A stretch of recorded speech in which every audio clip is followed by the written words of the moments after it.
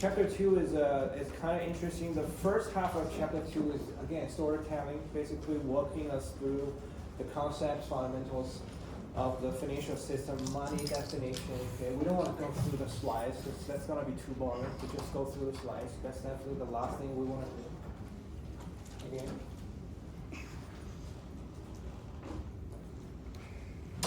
It's about time. And then the second half of the chapter is about money supply. So we'll be talking about trading on margin. Okay? So I think the system is restarting right now. Trading on margin, there's nothing fancy about trading on margin. I remember that some of us, 2 or 3 of us, have traded on margin before, right? So can you raise your hand one more time if you have used a margin account before in the stock market? You have, and then who else? You have, and then who else? Over 3 hands. Okay. So trading on margin is basically you open up a regular trading account. The system is still restarting. You open up a regular trading account, and then trading on margin, you have to request to open up a margin account with your brokers, and then you borrow more money from a broker to put in your trading account, basically to double the size or triple the size of the entire account value. Depending on how much money you borrow from a broker, it can sort of double your gains or losses. We're going to talk about it. There's a specific pricing formula that you can use to price the sort of annualized return for your trading positions, okay, trading on margin. If you want to use option contracts or anything, you still have to request that margin account. If you want to take a short position on something like short sell stocks, you still have to request to open a margin account. Basically the same thing. The difference between trading on margin in a long position versus in a short position is that in a short position, basically you borrow those shares and then you sell them right away in the stock market at a relatively higher price. When they go down, which is consistent with your expectation, you buy them back. Okay, basically, you're dealing with shares instead of money by taking a short position. You borrow the shares first from broker, you sell them right away. If your analysis is right now the shares are overpriced, that's why you're taking a short position. You sell them at a relatively high price, and then you wait patiently. If the price goes down enough, you can buy them back when they're cheaper. And then what's going to be your profit if you're taking a short position on some stocks? You borrow shares, sell them, you wait until the shares go down, you buy them back, you return the shares, so you keep the profits. The profits is going to be the difference between your sale price and your buy price. Okay, if everything works perfectly, if your analysis is correct, the share price is currently overpriced. When it goes down in the future, you're going to make money, right? The further it goes down, the more money you'll be making actually from a short position. Okay? We'll definitely talk more about it when we get there. So here's today's plan. So we're going to firstly wrap up chapter 1, and then we're going to start talking about chapter 2. Okay? So throughout the whole semester, we will try to stick with the schedules. I'm not going to change my plan, so you can have a clear idea of what's going on. You know, every time before you come to class, you can read the slides or read the textbook beforehand. You can come here with questions. That'll be ideal. Okay. And then starting from this Thursday, we'll be talking about. We'll firstly wrap up chapter 2, and then we'll start talking about chapter 3. So please be careful or be informed that chapter 3 can be a little bit more technical because we'll start touching base on the pricing formulas. Okay. When we start talking about interest rates, the components of interest rates, how do we price the overall price level, and then how do we basically quantify the relationship between risk and return. Things can be a little bit more technical, but you know we're all here working together. We'll make sure that everybody is on the same page. Okay. All right. So far, any questions, comments, any thoughts so far about the schedule or our plan? Okay, awesome. All right, let's get back to the doc camera here. Just a little bit left for chapter 1. If we still remember the big topics for chapter 1, can anyone remind us of what we have seen so far for chapter 1? The big topics. Any thoughts? Financial assets, exactly. What can it? Thank you. Thanks so much. Yes. So chapter 1. I'll start learning your names also. So it'll be super helpful if you can put a small recap in front of it. That will be super helpful. Okay? So the big topic, the first big topic is financial assets. So what are the financial assets are there in this category? We have lots of different categories of financial assets. Yes, please. Money, bonds, and stock. Exactly. So these are the some of the most important financial assets. Firstly, we've seen money. Secondly, we've seen stocks and bonds. We've also seen securitization of general securities, financial securities, or derivatives. Foreign exchanges even. Okay, but these are the most important ones. Bonds representing the fixed income securities, basically meaning that we have a clear idea of what's happening in the future. In terms of the amount of payments, in terms of the timing of payment as well. Okay, so when we're talking about stocks and bonds, do we still remember the kind of the rough structure of a modern corporation? That we have a shareholder of a company that basically own stocks, right? Common equity. Okay. On the one hand, we have shareholders. On the other hand, who do we have within the structure of a company? Any Managers. thoughts? Sorry, can I say it again? Managers. Sorry, can I say it again? Managers. Managers, exactly. Okay, so on the other hand, we have managers. I mean, the managers or the sort of the agents are definitely on the top because those are the sort of the people, the top executives who got hired to run the company. Okay, so who hired them? The managers or the agents. Who hired them? The shareholders, right? The shareholders have both cash flow rights and voting rights. They voted to elect the board of directors. Those directors made the decision in terms of who to hire, the CEO, CFO, CTO, etc. Okay, and on the other hand, on the other side of this structure, who else do we have in this picture? We have shareholders. Those are the principals, or the owners of the company. They own the shares. They own the equity of this company. On the other hand, we have bondholders, right, or the debtors of the company. Okay, bondholders, very quickly. These are the more senior investors. They directly or indirectly lend money to this corporation.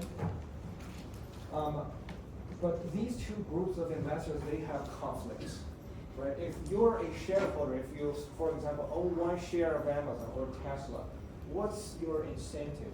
Do you want the company to take more or less risk? You want them to take more. More, right? Because we're relying on, if we're the shareholders, we're relying on the return. The return is positively and significantly correlated with the level of risk the company is taking. More risk means higher return. Okay, we definitely would want to encourage the managers to take more risk. How about the bondholders? They don't want you to take as much risk. Right? Because the bondholders, they enjoy the seniority. They're getting paid the first in terms of whatever left out there when a company is filing for bankruptcy. By whatever left, we mean the residual, basically the physical assets. So the bondholders always want to make sure that the CEO is taking sort of a safe step to make sure that the company is running safe. So Okay? they're completely separate, the bondholders and the shareholders. Do bondholders never get paid in stock? No, never. No? No. The stock in an event of bankruptcy, most likely the stocks will go all the way down to zero. Okay, so we can get back to this picture later after we talk about, there's another kind of securitization as a form of financial assets, right? Securities. Okay?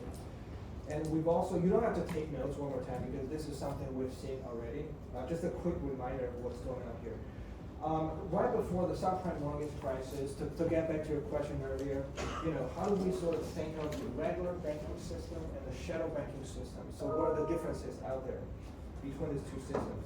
For a regular bank, in a regular way or a traditional conventional way of lending mortgages, they're going to screen your information if you're trying to get a mortgage, right? As a borrower, like you and me, if I want to get a mortgage, the bank will screen my information to decide how much credit I deserve and what price.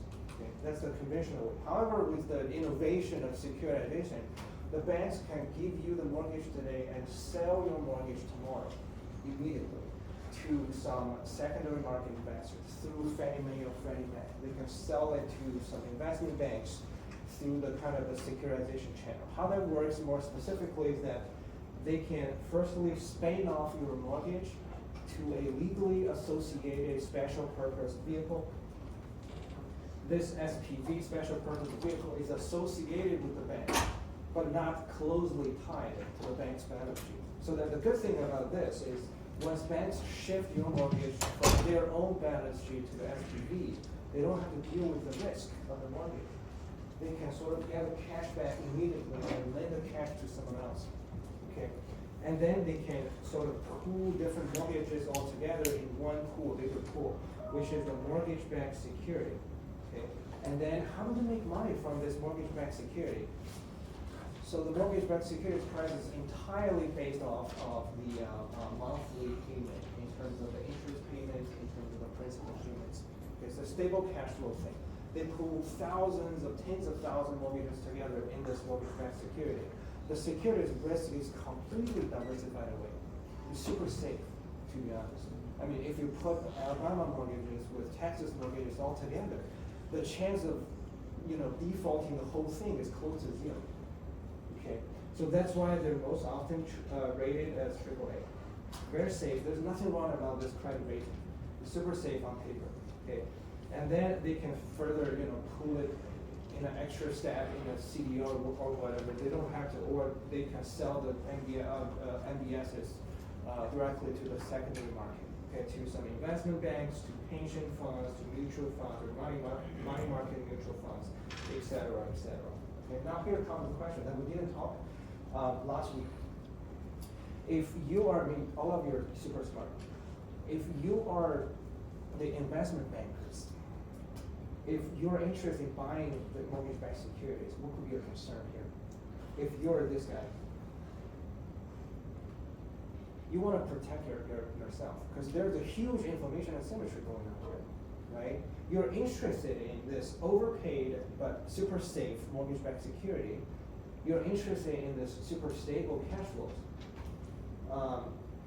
but you don't know much about what's really inside the pool.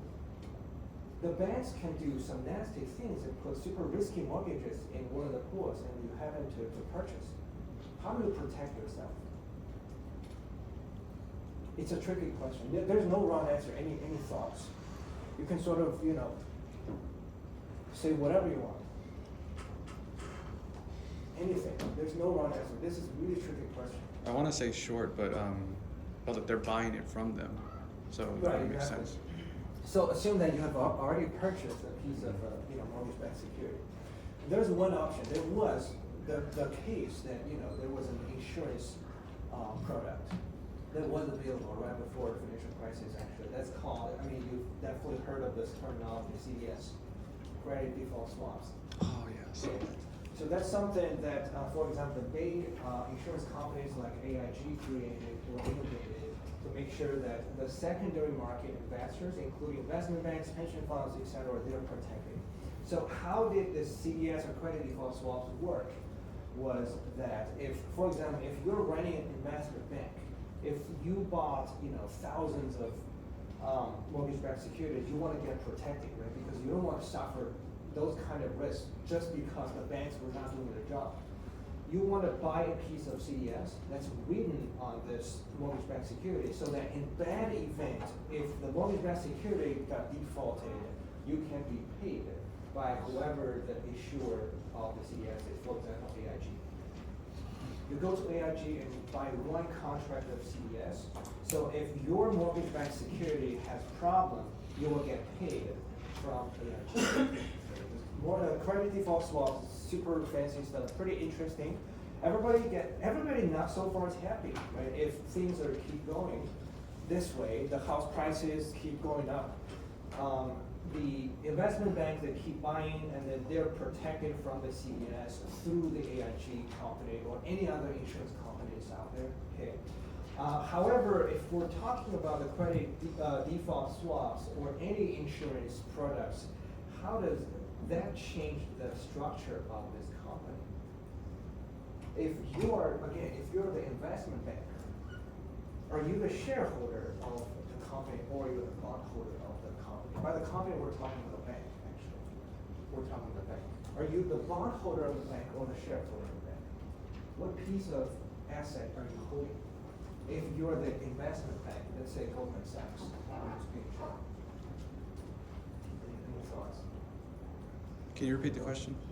The bond, so if you're in the investment bank in this picture, you bought a piece of mortgage-backed security, are you the bondholder or you're the shareholder? Who's that bondholder?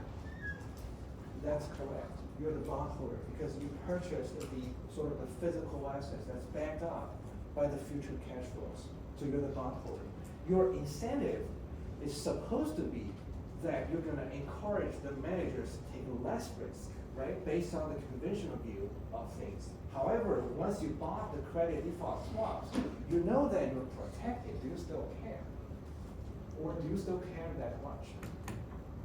You don't, because you're protected. You know that you're protected. If things go south, you'll get paid by AIG. You don't care that much anymore. And then your incentive has been distorted in a way that you're going to start encouraging the manager to take more risk. Now things are crazy because both shareholders and bondholders will both encourage the managers to take more risks. And then the company will start taking more risks because of this, because of the whole kind of the financial innovation. So there are always goods and bads. There are always pros and cons that comes with each financial innovation. When it comes to, for example, the securitization, when it comes to the the insurance products, CDS, the changes in the incentives of different parts of investors are always something that's so central for us to understand. Okay. Yeah. So long story short, yes. I wanted to ask for companies that are like that, I guess, issue credit default swaps. Mhm. Like, are they kind of like what you were mentioning with like companies and stuff? Like they'll diversify and go into like mortgage-backed securities. So for companies that do credit default swaps, are they like really liquid then? Because I would imagine like once all that plummets, you're not paying a couple $1 million. You're paying like hundreds of millions. So during the peak of the crisis, there were, for example, AIG was on the edge of bankruptcy, to be honest, and then the government bailed them out. Yes, so things were definitely not liquid. Okay. You might have a question that, when did things start, going down? So it's kind of a long story, but long story short, let me try to briefly talk about it. It relates to our course. Because this course is about monetary policy, central bank, interest rates, money, the whole banking system, shadow banking system. Right after the tech bubble burst in early 2000s, lots of people lost jobs. The Federal Reserve wanted to repeat the playbook we used in the past decade before that. So what they did was they lowered the interest rates. They lowered the interest rates. However, things were different in the early 2000s because those are the high-tech company people lost jobs. Lowering interest rate would not help that much, to be honest. Would not help the economy that much. However, they kept the interest rate super low for super long. The interest rate was close to zero, starting from late 2000 to all the way to early 2005. 2000 to 2005. As a result of this, close to zero interest rates. As a result of this, the housing markets got crazy, out of control, basically. However, when the Federal Reserve realized that they did something wrong, they started raising the interest rates in middle or late 2005. It crashes the house prices. And that's exactly when the whole system became not sustainable. Okay, and then there was, we've seen all the things happen right in the middle of the subprime mortgage crisis. There was a basically shadow bank run. Okay? The secondary market investors start selling those products. Those money coming back to all the way from the markets, capital markets, to the bank. The bank stopped lending all of a sudden, and then the whole system stopped working. Okay. Yes. So now there are actual secondhand kind of banks that do this, and now it's not commercial banks that do this anymore. For the secondary market bank. Like it's not like Chase Bank that makes these MBSs and then sells them to investment banks. Like it's like secondary kind of banks, I guess. Yeah, the major commercial banks, they're still doing this, but they're heavily regulated right now because of Dodd-Frank, because of Basel III. We're going to talk about the more specific bank regulations. So things are super safe to know. I mean, in my point of view, because I do research in this area, things are super safe. Right? The house market is very robust, very healthy. Don't worry about nothing about the overall housing market, the house prices, because banks are really careful. They have been careful in the past 10 years, very careful. Okay. Okay, so that's, everything I wanted to talk about. We have closed the loop.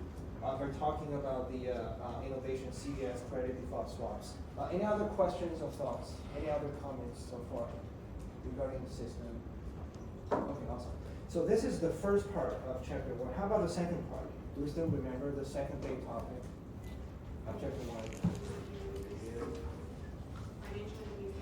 Exactly. That's really good answer. Financial intermediaries. So are there any major players that we need to know in this system?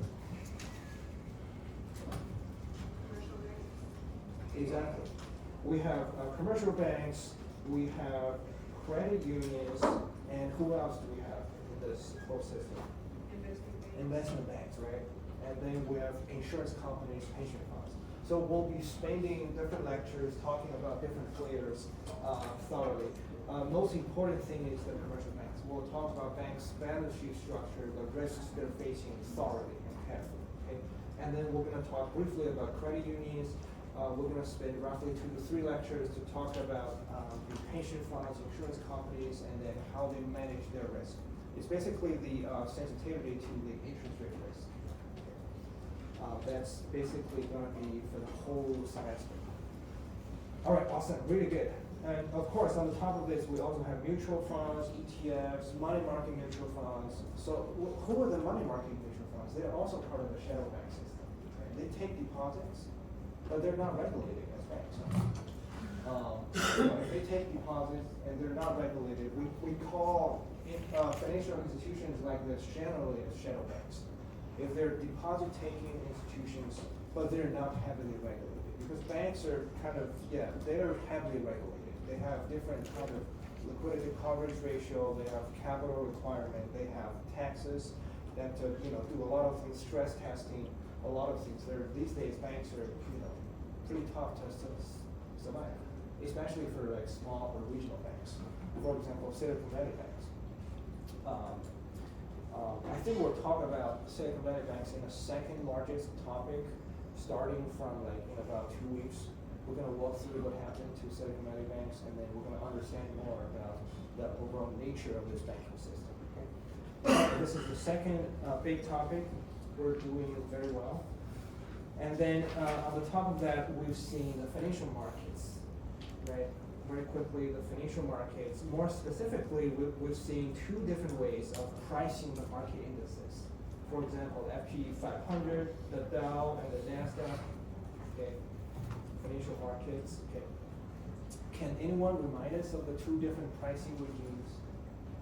Just the names we do. Any thoughts? Price weighted. Price weighted, exactly. We have price weighted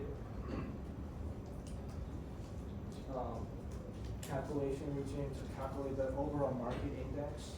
If we remember more details, so which one of the 3 major stock indices is price weighted? We have the Dow, we have NASDAQ, and we have the S&P 500. Dow. It's the Dow, right? Very nice. It's the Dow. It's price weighted. There are only 3 major stocks included in this index. Okay. So how about the other one? We have the value weighted, right? We have the value weighted, and the other 2 are value weighted. We have S&P, and we also have NASDAQ. Okay, awesome. Do you want to repeat the calculation regime one more time, or we're good? We're good, right? So, long story short, to calculate the price weighted, we're only using the prices. No matter how many stocks are there that are included in the stock market index, we're only using the prices as the weights to calculate the overall financial market index. However, for the value weighted, things are a little bit more complicated. We have to firstly calculate the market caps for all stocks. How do we specifically calculate the market caps? If we still remember it. We have right, we have number of shares outstanding for each of the stocks. We also have the stock price. We have to multiply the 2, right, altogether and calculate the market capitalization, basically, to calculate how big or how large the size is for each of the stocks. And then we use the market caps as the weight instead of the prices, okay, to calculate, the sort of the return on the overall market So if you have more questions or, we can go through the whole calculation one-on-one after class. Today, I don't think we have enough time to go through it in one time. All right, this is the third part. This is already what we've seen from last week. Let's move on to something new. The very last topic for chapter 1 is the regulators. Pretty exciting, right? Regulators. We have to deal with the regulators no matter what we want to do. Kind of interesting. Because this class is more about banks. And more generally, it's also about the financial markets. So who's the biggest regulator in the financial market or the stock market that regulates all the public listed companies? The SEC. We have Federal Reserve, we have SEC, and what are the other thoughts? Any other thoughts? SEC. SEC notes, because the SEC. But we're going to move on to the Federal Reserve later, very soon. Okay? The SEC is the main regulator that regulates the entire financial markets, basically for all the publicly listed companies. If the company went through the IPO and became publicly listed, they have to go through the SEC. They have to file with SEC in terms of different disclosures, 10K, 10Q, quarterly frequency, or semi-annually, or if they have to, go through some special issuance, including the commercial papers, including the bond securities, they have to file with the SEC as well. Okay. So SEC is the main regulator that's in charge of the overall stock market. Or more broadly speaking, we're talking about overall financial markets. Financial markets. All right. Okay, so now let's talk about banks. Because this class is more about banks, commercial banks, we're not touching investment banks yet. For the commercial banks, what are the major regulators? The Federal Reserve is actually one of the major regulators. Okay, so there's something special about the Fed. By Federal Reserve, it's complicated. But we're going to spend roughly 6 to 7 lectures talking about the Federal Reserve, the structure of the Federal Reserve. We have basically 2 systems within the Fed system. The first system is the system of the Federal Reserve, or the Board of Governors. Those are, the headquarters located in D.C., Washington, D.C., but that belongs to the government. It's the public sector regulator. The major authorities are all included in that Federal Reserve system. On the top of that, we have the Federal Reserve banks. We have 12 Federal Reserve banks. Those banks are privately owned by the commercial banks. We have 12 different banks located in 12 different Federal Reserve districts. Okay, but we're going to talk more about the Federal Reserve structure. Now let's just call it FRB, Federal Reserve Banks. The Fed is one of the 3 major regulators for commercial banks. They monitor, they regulate, they make monetary. They regulate banks. They supervise banks, local commercial banks, both national and state chartered banks, if those banks are a member of the Federal Reserve System. Okay. And on the top of that, they also make monetary policy. They're the policymakers. They set the targeted federal funds rate, basically, and which eventually goes through the whole economy, and the overall interest rates get determined. Okay, so they're definitely like twofold of the monetary policymakers and also the regulators. So is that every bank, or is it just the banks that are FDIC insured? So every Federal Reserve member banks, whether they're nationally chartered or state chartered. Yeah. Pretty much all commercial banks are FDIC insured. We'll talk about. But the ones that are not, they're not under. They're not. Okay. If a bank can, honestly. Like a I've new never bank, seen you know what I a mean? case. Yeah, they have to be like insured in terms of start operating otherwise. So I might be wrong, but I haven't seen a bank that's not FDIC insured. Okay. Yeah. If it's a kind of a commercial bank, because there are only 2 charters as commercial bank can get: national charter and also state charter. Nationally chartered banks, they're suffering, or they're subject to the federal regulation, which is eventually goes to the Federal Reserve. The state chartered banks are subject to the state level regulation laws. So that's the first regulator in the commercial banking system. What are the other 2? Can we imagine? There are 3 major ones. Someone mentioned one already. Any thoughts? We have the Fed as one of the three major regulators. We have the FDIC also as a second major one. FDIC, basically, this institution is super comprehensive, very powerful in a way that it insures deposits. It provides the insurance on the deposits. For every individual bank account, up to $250,000 can be insured by the FDIC. You can double check. If you're so successful and your bank account grows beyond that level, you want to make sure that you split it up a little bit. Otherwise, that's how Silicon Valley Bank failed. A lot of very wealthy people, they put too much money in Well, Silicon Valley they still Bank. insure them though. And 85% of the deposits were not insured. That's why they have to run the bank. They have to withdraw all their deposits like overnight. I could have swore they didn't they insure it 100%? No. Because Only up to, for each individual bank account, only up to $250,000. Eventually, the Federal Reserve and the Treasury stepped in and insured 100%. To me, Okay. that's yeah. not a good move. It sends a wrong signal to the whole market. Insures deposits. That's the second major one. So what about the very last one? We have three major regulators in the commercial banking system. Any thoughts? This one can be tricky. It's not the common thing that we've heard of. Can you give us a hint? It regulates the biggest national banks. They don't touch small regional state banks. And their head or the comptroller, which is part of their name, the comptroller was nominated by the president. Any thought? The comptroller? Any thoughts? The Treasury is their boss. Yeah. Jenny Allen. Janet Yellen is their boss. She's their boss right now. Yes. So the comptroller reports directly to Janet Yellen.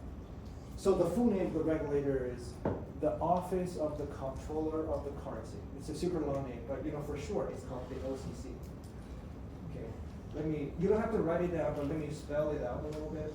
This is not something that's super popular or common, but it's one of the major regulators.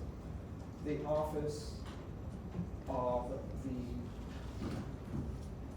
Comptroller of the Currency. Okay, so the OCC regulates all the nationally chartered banks, no matter they're a member of the Federal Reserve System or not. Okay. For those largest, biggest national banks, Wells Fargo, Bank of America, Citi, JP Morgan, anything. Now we have talked about all three major regulators. Then we're going to spend more time when we get to the second broad category of the topics to talk more about the bank regulations, the capital requirement, etc. Okay. So this is pretty much for everything for chapter 1. I do have one follow-up question before we wrap up chapter 1. Why do we need the regulations for banks? This is a tricky question, but there's no wrong answer. Wait, you said why do we need regulators for banks? Why do we need regulation for banks? It's necessary, not because we want them to be safe. It's not that simple. Why do we need bank regulation? Yes, please. I would say because banks are a business at the end of the day, and they're supposed to make a profit, and sometimes that doesn't always look pretty. Exactly. So we want to make sure that they're operating in a consistent interest with the shareholders also. That's a really good answer. Any other thoughts? I would say it's to protect the individuals. Exactly. So we have all different purposes, high purposes also, for stability point of view, for welfare point of view, and also one of the major comments. That's another good answer. The major reason why we need bank regulations is that the FDIC insures deposits. If we think about the whole picture, if you're running a bank, if you're a banker, you take deposits from households or individuals, you know that their deposits are insured. The depositor, do they still care about their safety of the deposits? Let's simplify the whole world a little bit. They know that their money is insured, it's safe. They don't care too much about it. They're not going to monitor the banks. So right now, you're the banker. What could be your incentive? Take some wild bets. Exactly, wild bets and then, take higher risks because you know that your deposits is your liability. Your liability is safe, it's guaranteed by the FDIC, and eventually by the government. You can do whatever you want on the asset side. You can take a lot of risk, you can lend to super risky borrowers, and to prevent that from happening, we need bank regulation. We have the deposit insurance on one hand, on the other hand, we have to make sure that we place a cap on the capital or on the equity ratio of a bank's balance sheet. That's why we need bank regulation. Mainly because we want to make sure that the banks are running safe, because they're facing the customers, they're facing the borrowers. It can be small businesses, it can be large businesses. At the end of the day, we want to make sure that everything is running safe. Okay, awesome. That's pretty much everything for chapter 1. Any comments, last comments or questions, anything else? Okay, awesome. All right, what time is it? Let's take a 4-minute break to, address the water issues and then we'll come back. No, it's okay.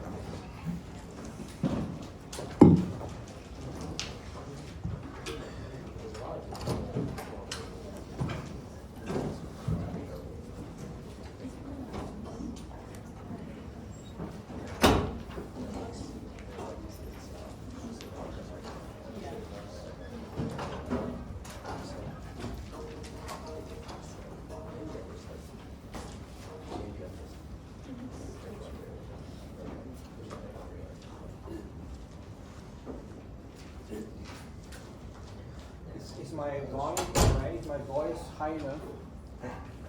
Yeah, let me know if you can't hear me all right.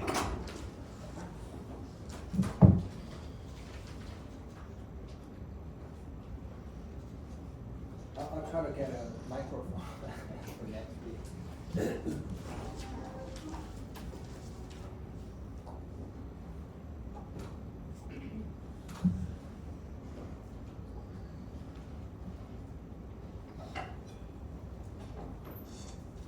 Actually, I saw some of the folks, your Canvas is still not active. There are roughly 7, 8 of us. Your Canvas accounts are not active, so please make sure that you turn it on. Otherwise, you won't be able to receive any materials that uploaded. Listen. Do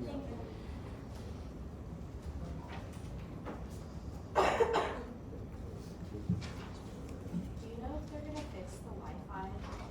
Fix the It's Wi-Fi? going out. The Wi-Fi? Like right now or? Yeah, it's just since last week, it's Oh. been going in and out.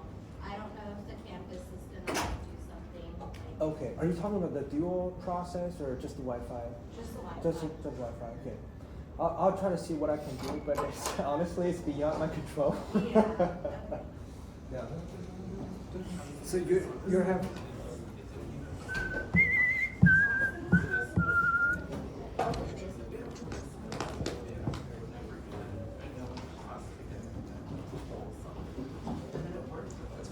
I feel like the FDIC in a way is kind of like a double-edged sword because like I feel like you said, it prompts banks to be a lot more riskier, and to me I feel like that influences like negative behaviors. Like, well, why am I going to care? If we do go under, but at the same time, it's like you want to protect the people on there.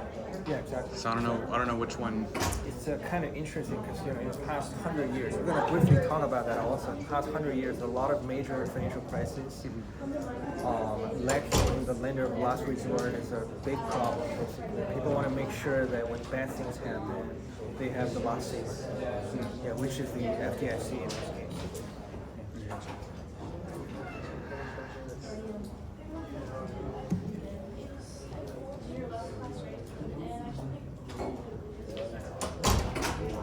So before we start, in the housing crisis, would you say that it was regulators that failed to do their job on there? I don't think so. I think it's the whole kind of monetary policy that went wrong initially. Because the Fed kept the interest rate too low for too long. I mean, they should have raised the interest rates way earlier than. Yeah, but the regulators are the ones that actually comb through all the documents and Yeah. see. Because like I was saying, like these the housing bubble was propped up by these bad loans, and it's just like, okay, well, there's all these safety measures in place. Like one of them should have caught this. It's a tricky point. So I mean, I personally wouldn't blame everything on the regulators because back in the old days, early. Well, no, I 2000s, blame all the people you know, that did the crazy stuff, but I feel like that behavior was incentivized by our current system.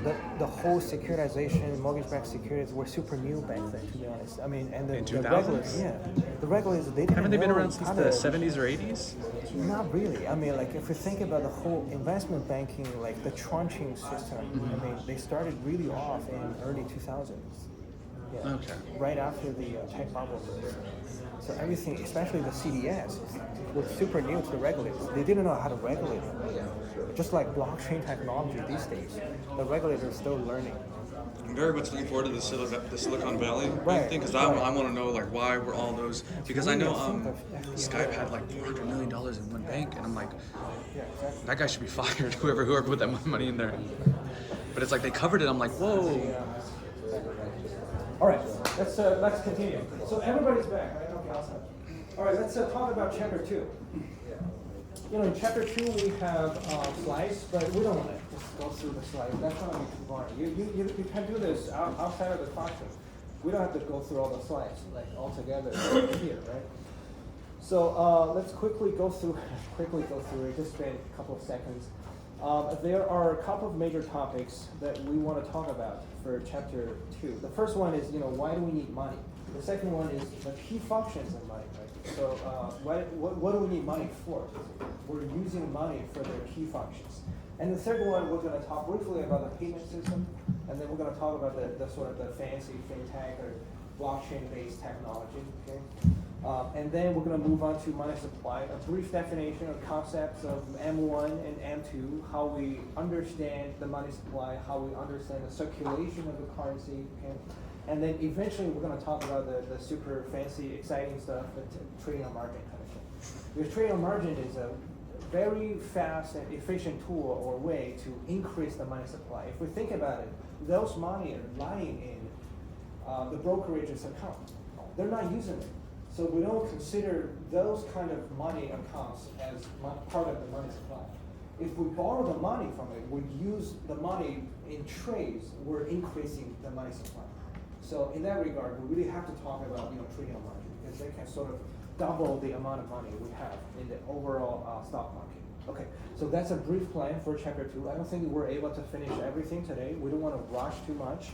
Let's take our time and talk about the most important stuff first. Okay. Any questions or comments so far after we saw the overall agenda? Okay. All right, let's get back to the dog camera. This is some dry stuff, okay, super interesting but important stuff. Let's summarize what we will be seeing for chapter 2. The chapter 2, the payment system, the overall financial system. Firstly, of course, we can think broadly, just to warm up a little bit. Why do we need money? Or do we need money? Of course, we all need money. But why do we need money, though? It makes everything easier. The economy? Economy, right? It makes everything easier, and then it sort of improves the overall efficiency of the capital or money allocation, basically. So if we think about it, if we don't leave with money, every one of us have different expertise. I have to grow my own food. I have to keep my own sheep, for example. Otherwise, family will start starving.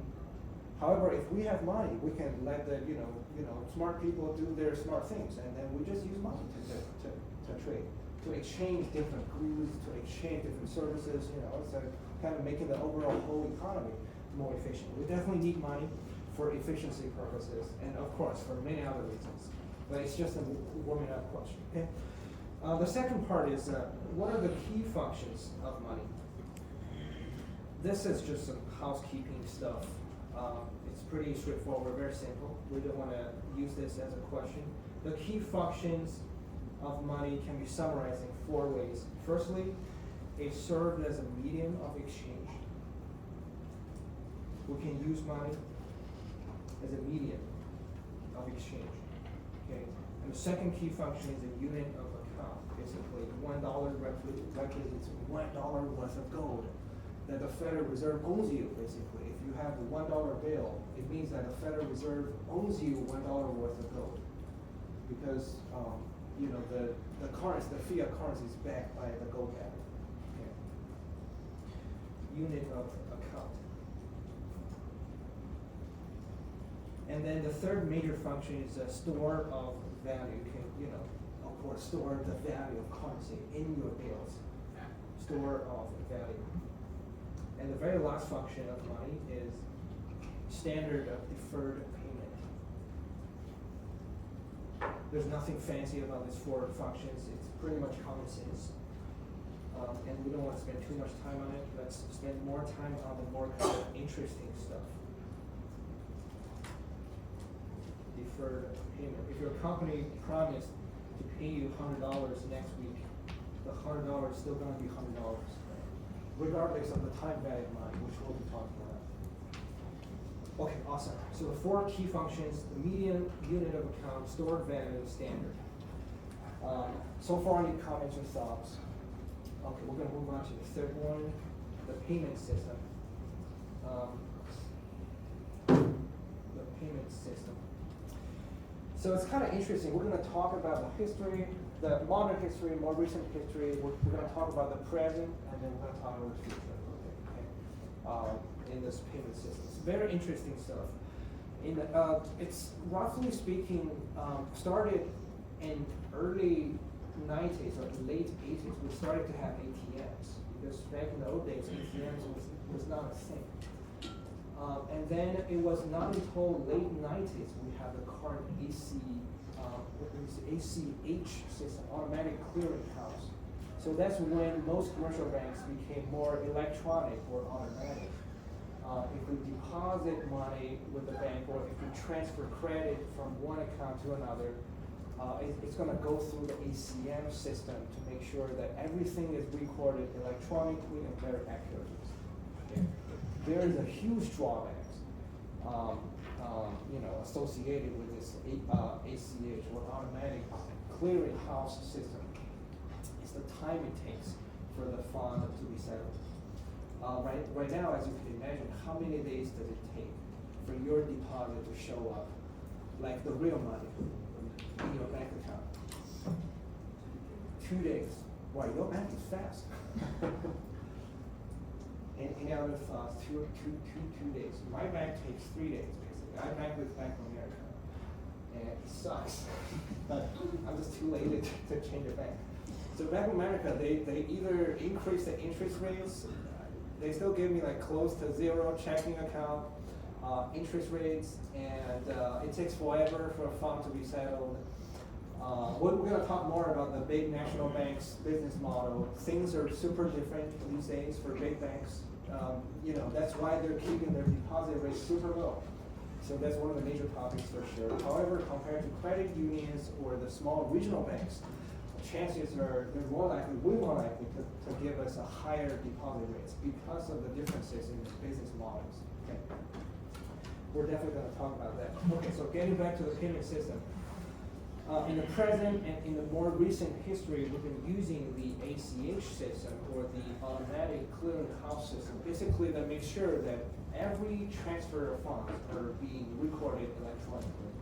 It's going to go through the clearing house system, but it takes forever, basically, 2 or 3 days for the fund to settle in your account. That's also called direct or electronic sender-receiver system. So basically, your bank is going to send a signal to the receiver bank through the ACH system. There's nothing fancy about it. Everything happens in the electronic network system. Okay, so that's what's happening right now. What could be the future? What could represent the future is one thing that's super fancy. I'm pretty sure all of you have heard about. Any thoughts? The kind of the near future technology that every one of us has heard about. The blockchain technology, right? So we'll be talking about the cryptocurrencies, the blockchain technology a little bit. We have the blockchain technology that just emerged in the past years, and that could become the future. of the new technology, not just for the payment system, for pretty much many other things also. Okay, what could be the major difference between the historical system, let's say the ACH system, versus the blockchain technology here? Any thoughts? One's more efficient. More efficient. So the blockchain technology, I mean, we all know about this, right? It's called the decentralized system. Networking. If I don't know how many of us are here today in the classroom, close to 70. If all of us are, doing one thing, having a party, we have to use Venmo, for example, to pay each other for pizzas, for beers, anything. That's a centralized system. Basically, all the transactions, all the flows of funds has to go through Venmo. Venmo collects everything, all the information. Eventually, that sort of settles the fund with your banks, because Venmo sends the sending signals to your banks.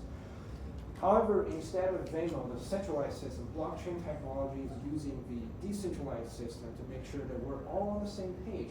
There's no kind of centralized center collecting or distributing information. Instead, we're recording. So I know your money, you know my money. Everybody knows everybody's money flow, and when the transaction happened, how much we got paid, and how much we paid others. It's sort of the whole network system we're all managing at the same time. What's the benefit, or what are the benefits of the decentralized system here?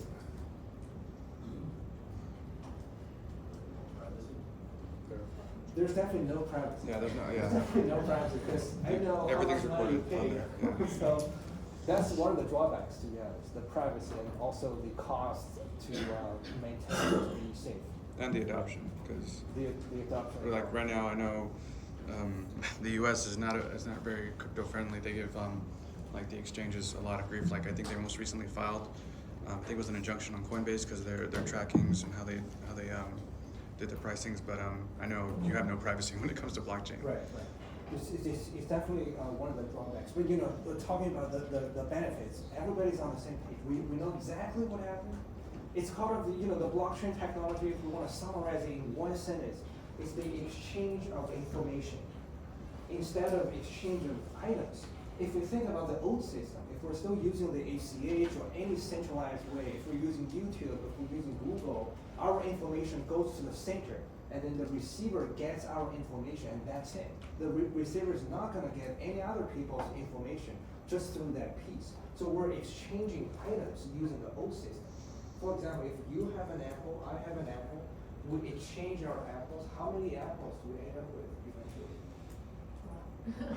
What apple? If we just exchange the apples. However, the difference in blockchain technology is that we exchange information.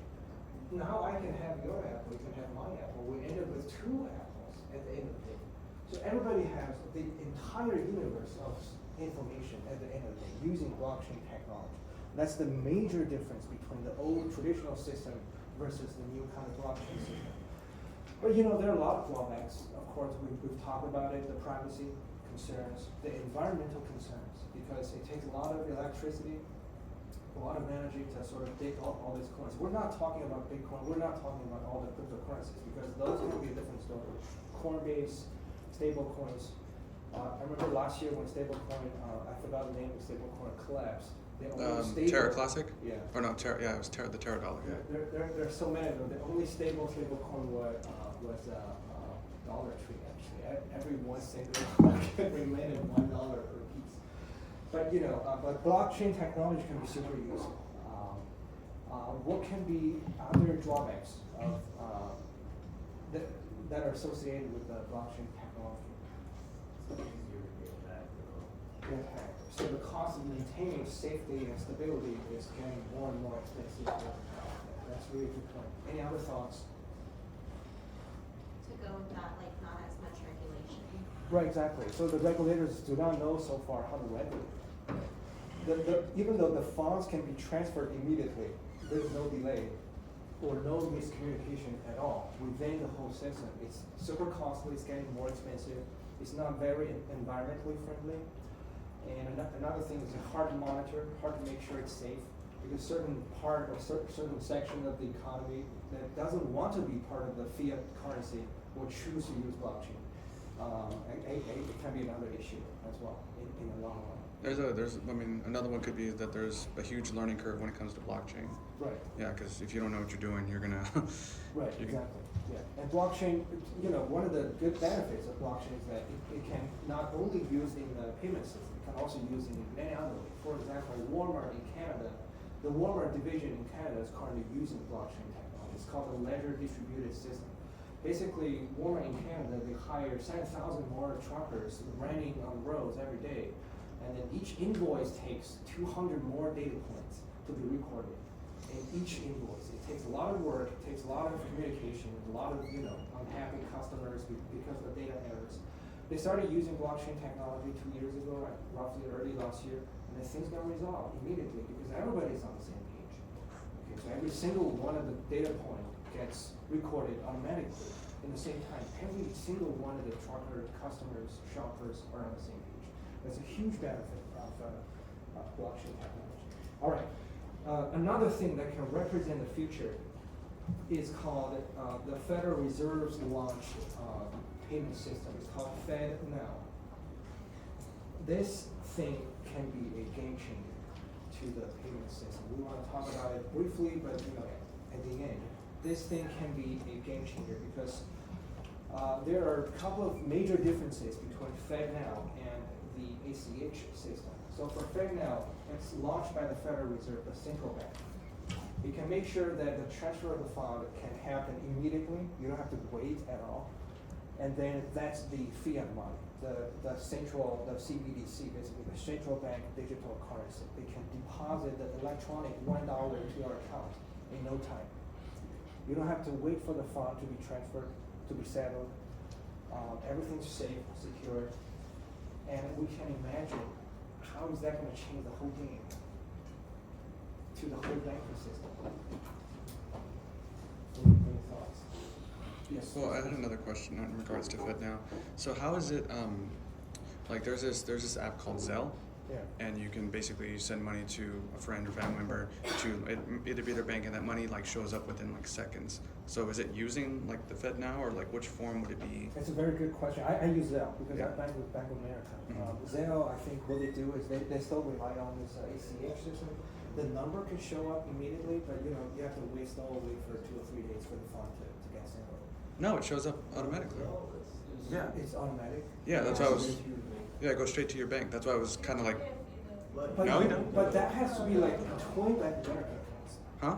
That has to be like within. No, you just give Bank of you America. give them. So like if you Bank of America and I'm like Wells Fargo, I can send it to you as long as I have like your number or email, and it goes to your account like automatic. Well, Oh, within that's seconds. something I don't know. I need to start using Zelle more. Well, no, like if you get paid by your employer, it might be different. But like if I owe you like $10 for, I don't know, a book or something. So you can start using the phone like immediately. Yeah, if I send it to you, yeah. I didn't know that. But you have to be like under the Zelle, I guess. The ecosystem umbrella, for it. Because like not all banks How are. does Zelle, because Zelle is a Bank of America. No, no. What's the chief? Yeah. It works with Zelle. Yeah, so I have Chase, my Right, Zelle. Chase also. Yeah, my friend has Navy Fed, for example, and I can send him $10 and he'll get it, right Then there. that's definitely not ACH. It's That's- definitely something new, right? Something new. It's probably like within the big major banks with their own electronic network system. Well, yeah, that's what I'm saying, like you have to be under the Zelle umbrella, cause like some local bank in East Texas is not gonna have Zelle, you know? Yeah, this is kind of interesting. First of all, it's not something I knew before. I need to start using Zelle more often.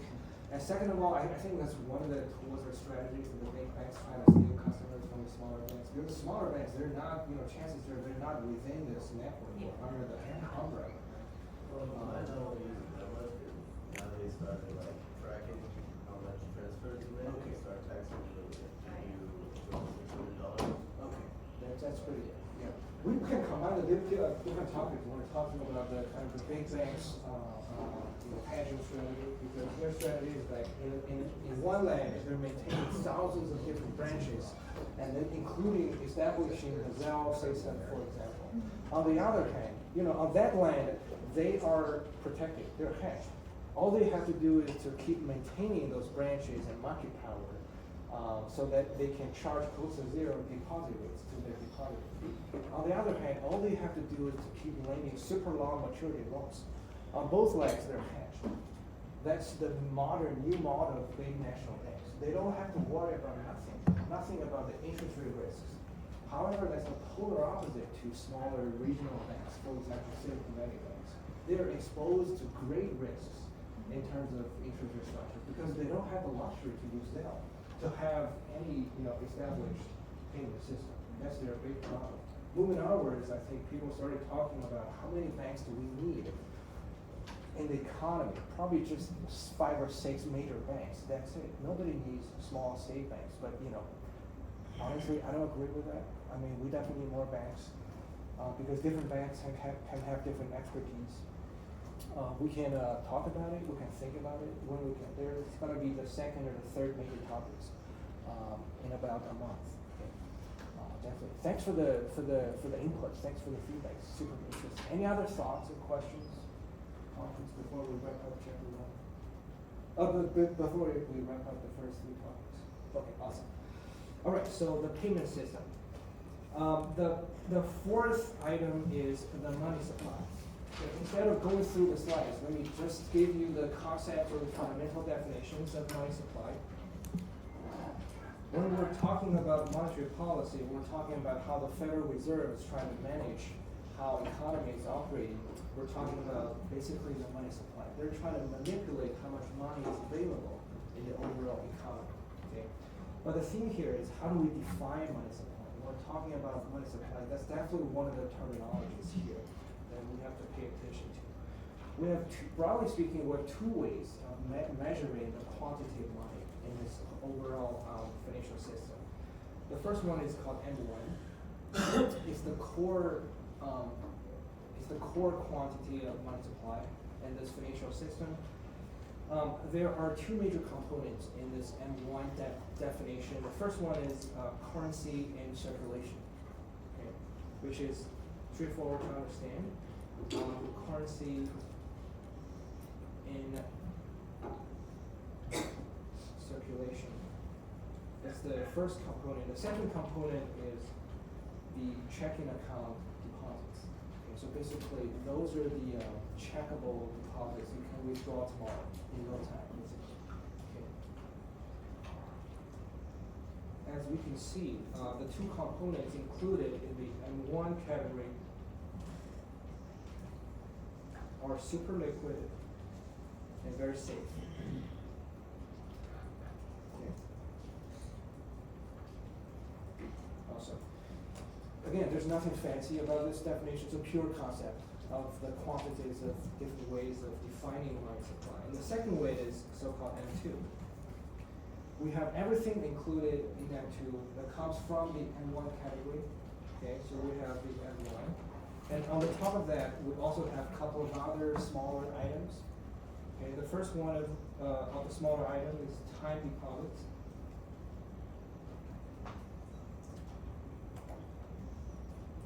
Time deposits that are smaller than $100,000. Okay, basically, they have to be small enough to enjoy the relatively higher level of liquidity.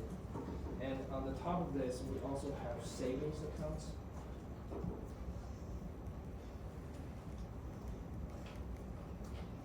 Okay. A quick question, what's the major difference between time deposits and savings deposits? Any thoughts? So what are we referring to when we're talking about time deposits? Are you talking about like CDs? It can be CD. CD is one of the forms. Any other thoughts? So basically, sorry, the maturity is fixed. Right? It can be either half a year, 1 year, 5 years, or 15 years down the line. But the maturity is fixed. It's not easily withdrawable. Right? Yeah, isn't If you that buy a time deposit, like the maturity or the time is actually fixed. It's definitely nothing like checkable deposits where we put in the checking account, which we can withdraw tomorrow. So what's the difference between that and CDs? Right. CD What- is definitely one of the forms. what's the difference, though? Certificates of deposit. What was the difference? Yeah, between like I guess time deposits and CDs. Like CD is one of the forms of the time Oh, deposit. It's a good question. CDs usually give you higher interest rate. And why is that? because that money's like guaranteed to be locked in there. It's not. It's guaranteed, because they have to compensate you for the lack of liquidity. You can't withdraw it tomorrow. You have to protect yourself. They have to compensate you for that, illiquidity. Any other comments or thoughts? The major differences between savings and time deposit? Well, the savings is one, it's you deposit money in, and usually the interest rate they give you is much lower than the time deposits. But with the savings account, you can access it Right, exactly. more frequently. Right, exactly. There's no time There's no time to set. maturity or anything. Exactly. Good point. It's a really good point. All right. Any other comments or thoughts? Okay, awesome. So on the top of these smaller items, we also have money market deposits accounts. Money market deposits accounts. Okay. And then the very last smaller item is money market mutual fund shares. So basically, the very last two items are in the shadow banking system because the money market funds or deposits accounts, they take your deposits, you can use them to store your money, your value. However, they're not regulated as banks. Okay, they take deposits, but they're not regulated as banks, so they're shadow banks. If we look at the last three items, they're definitely more liquid than time deposits because you can pretty much deposit your money anytime, you can withdraw it anytime. That's more liquid, and then that's why we want to include these three smaller items in the M2 package. Again, there's nothing fancy about these two concepts. It's just a pure definition, pure concepts, for the sake of us having to know about these two basic or fundamental definitions of money supply. Okay. What does MMF stand for again? Money mutual fund. Money market. Oh, Yes, never mind. Money. Let me spell out. It's a very good one. It's money market. Yeah. It's money market deposits accounts, and then this is money market mutual fund shares. Mutual fund shares. It's very good. Please let me know if you want me to repeat anything. It's really good. The money market basically it's the financial institutions that deal with very liquid assets, super liquid and super safe, including treasury securities that have shorter security and have high level of safety, and also dealing with corporates commercial papers as well. The interest margin is very narrow because the borrowing costs for those financial institutions are not high enough. Those are the big, mature, well-established corporations issuing commercial papers, borrowing from the general capital markets. Awesome. So this is the money supply part. Any comments or questions? Okay. The only thing that's left for chapter 2 is I don't want to keep it too long. Is the trading margin. So let's talk about it Thursday. How about that trading margin? Any other last questions or comments? All right, I'll see you Thursday.